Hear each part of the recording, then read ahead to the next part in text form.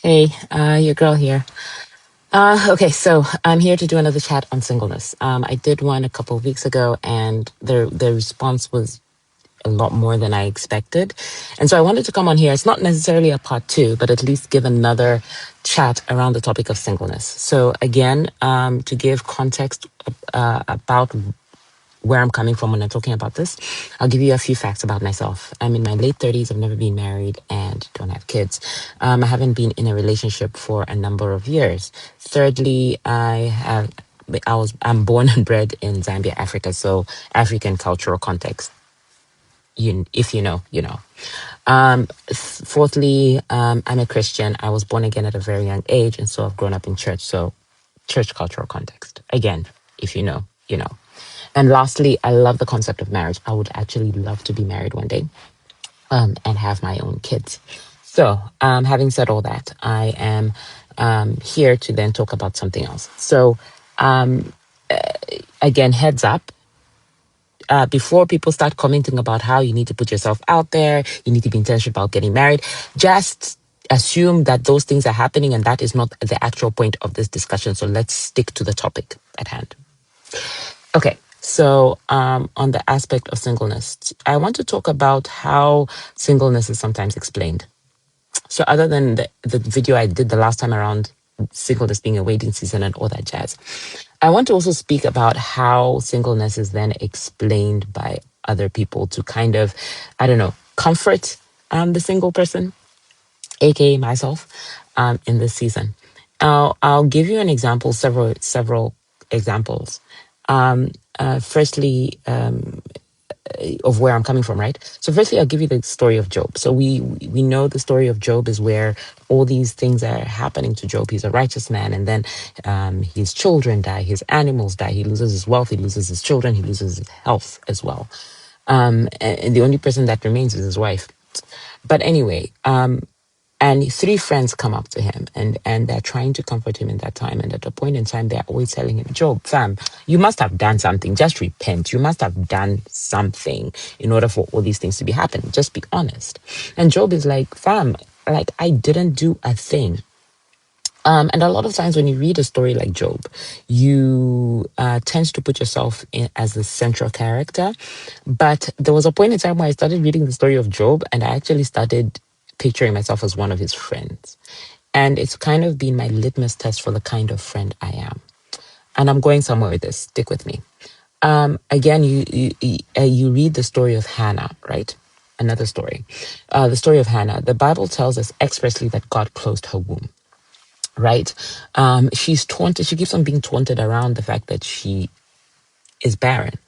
And to understand those kind of taunts, or to understand the societal pressure or the societal image that she had and for you to also understand Job, I'll give you a background, but you know that Hannah was barren. She keeps on being taunted by Peninnah, who's the second wife. And so she keeps on being taunted about the fact that she doesn't have children and she's desperate for children. I'll give you a third story now in the New Testament about a blind man. He was born blind, right? And he had lived blind for his whole life. He meets Jesus, Jesus heals him. The people around are asking Jesus, who sinned for this man to be blind? Was it him or was it his parents? And Jesus responds, neither. This was for the glory of God. So I'm giving you all these three different examples of things happening to people in people's lives that are not what they desire. These are things that are not along the natural progression of things. And these are really sucky things that when you look at it, it's easy to try and explain why this is happening. And that's important. Now, let me give you the context of why people respond in that manner in those situations. In Deuteronomy 28, there's a whole listings around the blessings of God. For obedience, there is, I am blessed in the city, blessed in the field, blessed in my coming, blessed in my going, blessed in my lying down, blessed in my getting up. Basically, a whole list of blessings that are attached to obedience to God. The second half of that chapter also speaks around the curses that come with disobedience. There is barrenness, there is famine, a whole list. There is sickness, a whole list of of curses that come with disobedience. So there was this understanding that arose that if bad things are going on, then you must have done something wrong to deserve the bad things going on in your life. So then you understand the tauntings that Hannah got. You understand the response of Job's friends to the circumstances that Job was in. You understand the question that the people were asking Jesus concerning the blind man. It is the idea that if good things are happening, you are obedient to God. If bad things are happening, you are disobedient to God, and these are the consequences of that disobedience. All those three stories have told you instances where bad things were happening and it was all for the glory of God. I say all that to say we need to get out of this, I don't know, this itching need that people have to explain people's circumstances to them. If your friend is, look, I'm single. I have been single again, late 30s. It means I've been single for a long time, right? I have an active relationship with God. Have I brought this matter before God? Obviously, because it concerns me. Okay? Are there things that God has told me concerning this? Yes, they are. We need to stop seeing a need to then have people try and explain to me why I'm in my situation. And I've heard it all. I've heard it all. I've heard it all. Believe me, I have heard it all. After a while, you really have heard it all.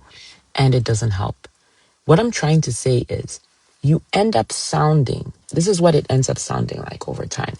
It ends up sounding like somebody, the explanations that have been touted, God is preparing you for what He has prepared for you. God is growing you in certain areas so that when you get married, you know, or God is preparing the man you marry and all that jazz. Or God, I mean, you are explaining God when God can explain Himself, and trust that He has got the ability to explain Himself. And that's the point I'm trying to make. I'm trying to say, do not fall into the need to explain God's actions in somebody else's life to that person, and just pray and be there for that person. I think that is the most supportive thing you can do, because you don't want to fall into the trap of Job's friends.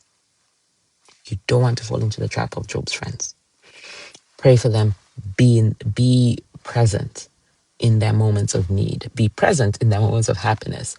Just be present. But don't try and explain what God is doing in their life to them when they have the ability to do that. Don't use your own words to do that. Trust that God has got them, because you know, the beauty about God is that He is sovereign, but even in His sovereignty, His plans for us are always good. They are always good, and it's always to the glory of God. And so I'm trusting, and we keep on trusting that. And for my friends, I'm trusting that even when I do not understand, I am okay with not understanding. I'm actually okay not getting it, because in all these stories, while they were going through it, was never explained. Hannah never knew why she was barren. Job was never explained to in all the chapters. God never told him. In fact, when Job was saying why, God told him, "Who are you to ask me why? I'm God." You know, the story of the blind man, his whole life of being blind, no one explained to him why. It's possible for you to go through something and not know why, but you're comfortable in the fact, or you rest in the fact that God is sovereign. His plans for you are good. And if His plans for me are good, I'm going to rest in that. Okay? Again, it does not negate the other aspects of this whole conversation. I'm just bringing to light this one thing. Yeah. Hope that makes sense. And I hope that helps.